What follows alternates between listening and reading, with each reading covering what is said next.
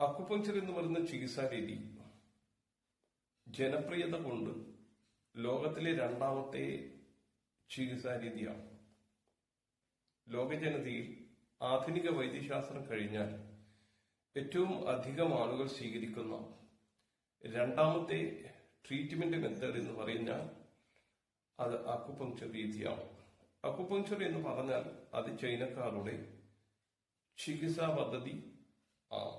അപ്പൊ അതിനെ ഫിലോസഫിക്കലായി വിശദീകരിച്ച് ട്രീറ്റ്മെന്റ് മെത്തേഡുകൾ വികസിപ്പിച്ച് വളർത്തി ആധുനിക ലോകത്തിന് സമ്മാനിച്ചത് ചൈനക്കാർ ആണ്.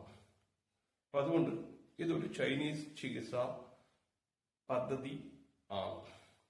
അപ്പൊ അത് ലോകത്തിലെ ഏറ്റവും ജനപ്രിയതയിൽ മുന്നോട്ട് നിൽക്കുന്ന രീതിയാണ്.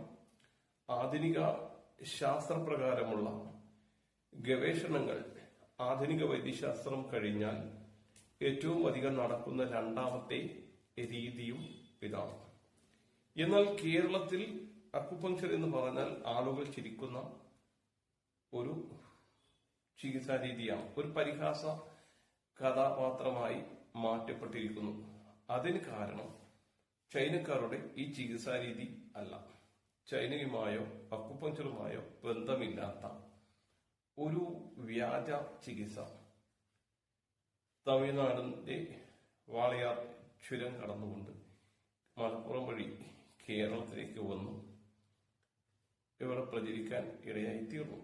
ഇത് 1986 ശേഷം മാത്രം ഒരു ഫസലുർ റഹ്മാൻ എന്നു പേരുള്ള വ്യക്തി സ്വന്തമായി തല്ലിക്കൂട്ടി ഉണ്ടാക്കിയതാണ്. അപ്പൊ അദ്ദേഹം മോഡേൺ മെഡിസിൻ പ്രാക്ടീസ് ചെയ്തിരുന്ന ഒരു അലോപ്പതി ഡോക്ടറായിരുന്നു. അപ്പൊ അദ്ദേഹം അത് മതിയാക്കി 2 വർഷം ഹോമിയോപ്പതി പ്രാക്ടീസ് ചെയ്തു.